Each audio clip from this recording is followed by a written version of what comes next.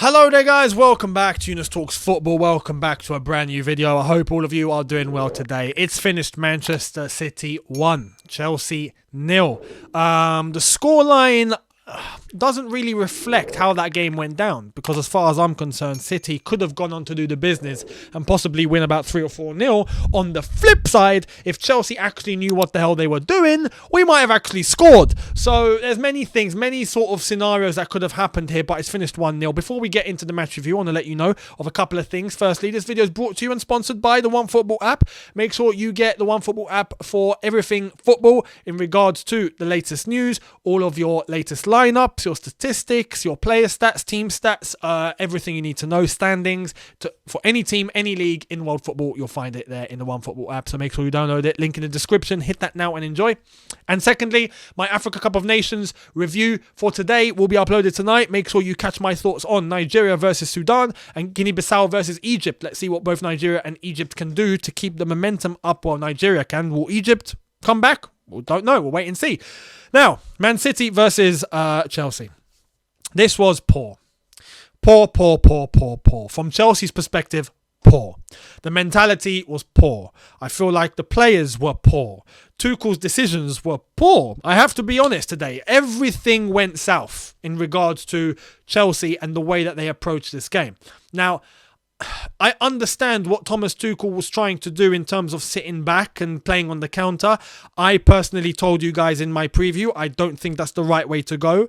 I see it, because if you know how to execute it, you can steal the 1-0, you can steal the 3 points, but if you know how to execute it. Today, we didn't not just know how to execute that, we didn't know how to play football, let alone try and execute a counter-attack. We couldn't even pass or string passes together. We had players that looked like passengers, funnily enough. We were talking about Mason Mount being off form.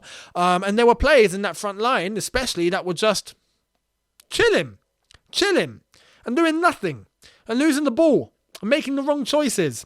And no matter what Thomas Tuchel did, even after he brought on the substitutions, even after he went to a back four, which funnily enough was after we conceded, it all looked the same. The mentality today was poor, and I feel like what we need to address is the quality of some of these players. Are they as good as we truly think they are? Like, we have to start talking seriously now, because we had opportunities to go 1-0 up, especially. That could have changed the entire game. That could have changed the perspective. We had the opportunity to keep City at bay. We let them through very easily. We had the opportunity to close down the spaces. We allowed them all the space in the world. I mean, Rodri at times looked like he was in the middle of Hyde Park. If you've been to Hyde Park in London, you'd know how big it is. If you're in New York, you can refer to Central Park. It's quite large. There's a lot of space. It looked like Rodri was in the middle of that. Crazy. The amount of space we were given, and the passing that we were letting ourselves down with. The amount of times we lost the ball carelessly. Oh my God, you'd think we were Chesterfield. You know, it's an all due respect to Chesterfield, of course. They scored against us, so fair play.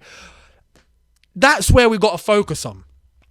More than Thomas Tuchel. I mean, Thomas Tuchel, as I said, set up defensively, and I'm against that. I was against that from the get-go. I said it in my preview. In terms of playing Lukaku today, for example, I was against that. He dropped Mason Mount, fair play. But the whole mentality from everyone was just defensive. Go backwards. Be reserved. Don't be brave enough to go forward. Don't take players on. The whole thing was just weird and shaky. We started off with Kepa in goal. We started off with a back three of Malang Sarr, Thiago Silva and Rudiger. Alonso left wing back. Aspie right wing back. We had Kante and Kovacic in midfield.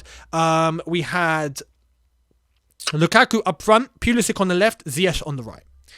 And you see, this is basically, most of it is what I said in my preview. We all agreed prior to the game that Kante Kovacic, for example, needs to start in midfield. But look how ineffective they were today. Especially Kovacic. Kovacic had a poor game today. Very poor. Yes, he was active. Yes, he was winning the ball at times. And yes, he would try and dribble and try and create something. Yes, and I admire that. But the amount of times he lost possession in dangerous areas was ridiculous. So there's that. You've got to look at that. You know, it's inconsistency. Kante looked plain today. Let's be real. inconsistency. And that's weird because I don't normally put inconsistency with Kante, and I'm just putting it for this game alone. Just as a one performance, that's all. Alonso. I know if we can put Chilwell on some sort of speedy recovery sort of thing. Can we up the recovery? Can we perform a miracle or something on Chilwell? Can we fix him very quickly? Are we able to do that? Or can we stick him in 5 ice baths a day? I don't know, 3 blood transfusions to try and get the circulation going, speed up the recovery? I don't know. Do something, because we need him back urgently. Alonso, the way he was getting twined up by Raheem Sterling today was ridiculous. Absolutely ridiculous. So easy for Sterling. And even when Alonso came off, Sterling was still finding it easy on that right-hand side. You look in terms of the front line, Pulisic, Ziyech, not much. Basic. They got closed down very easily. We didn't support each other. This is the thing. For Pulisic and Ziyech to both be as effective as we know they can be, they need to be able to combine. They need to be able to play off others, to get into spaces, to dribble and allow players around them to attract attention. That way they have a little bit more space that's exposed to them for them to exploit. They didn't have it. It was Pulisic getting on the ball, shut down by 3 City players, and he's like, oh my God, I can't do anything, let me go backwards. But there's no one supporting him. Lukaku's running away. Ziyech on the right hand side, same scenario happens to him. He has to go backwards. He tries to go forward, he loses the ball. Same goes for Pulisic. He tries to go forward, he loses the ball.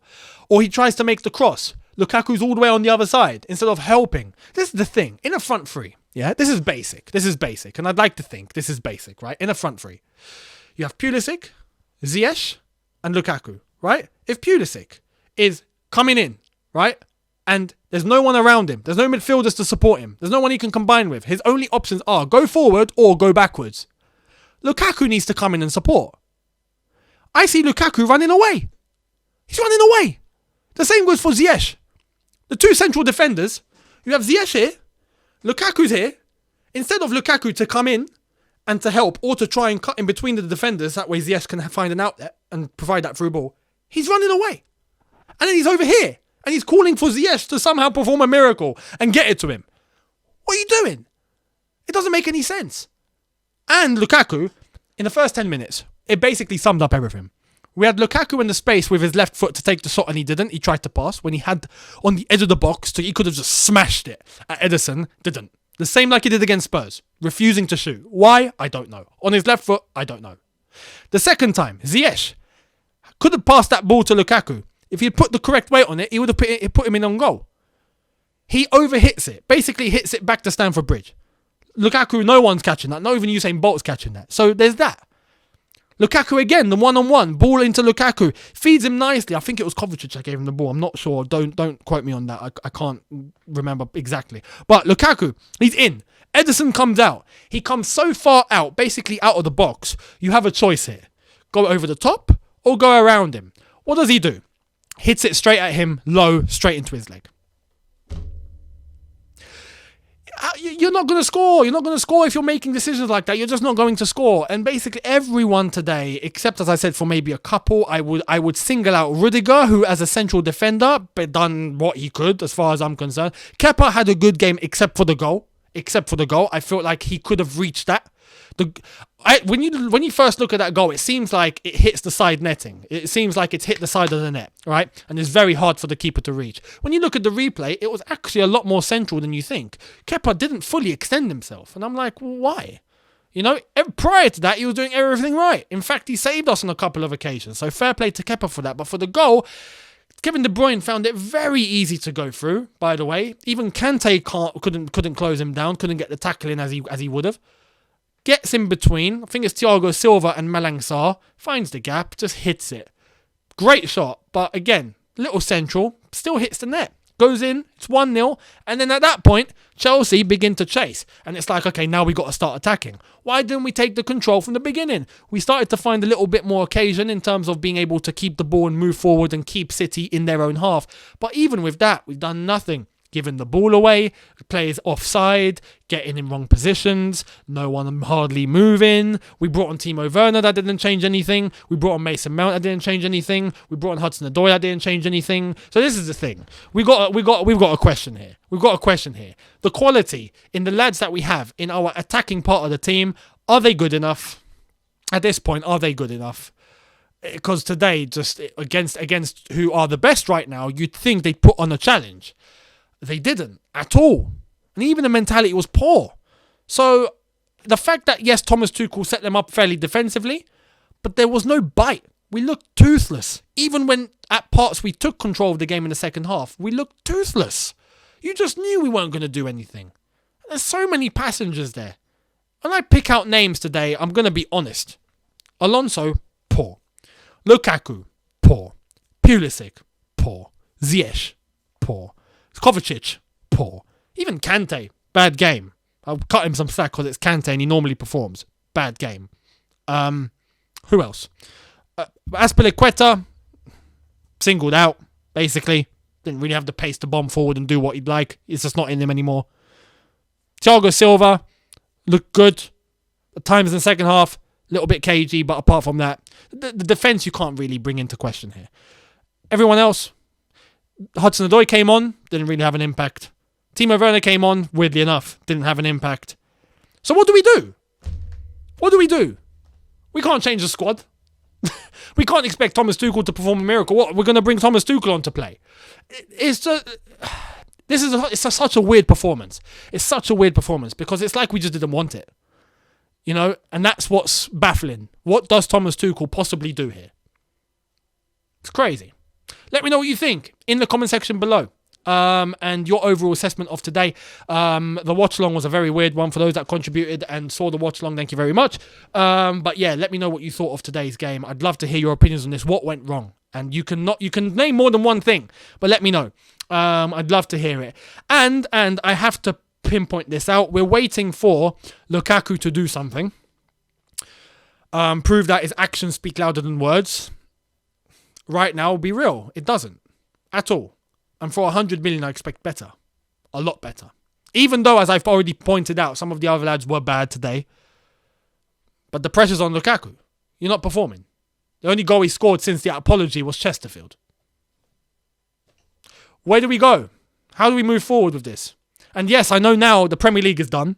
Fully done. We're fighting for top 4. Again, what a surprise. We're now just going to be looking at the cup competitions. Let's just try and win as much silverware as we can. Hopefully we can. We'll see what happens. Let me know in the comments what you think. Much appreciated. Hit the subscribe button if you are new. Hit that notification bell to be notified once I've uploaded. Smash the like button if you've enjoyed this. And I will see you later on tonight for the Africa Cup of Nations review, where I give you my thoughts on Nigeria, Sudan, and Guinea-Bissau, Egypt. I will see you tonight. Have a good one, people. Thank you so much. In a bit. Take care and peace.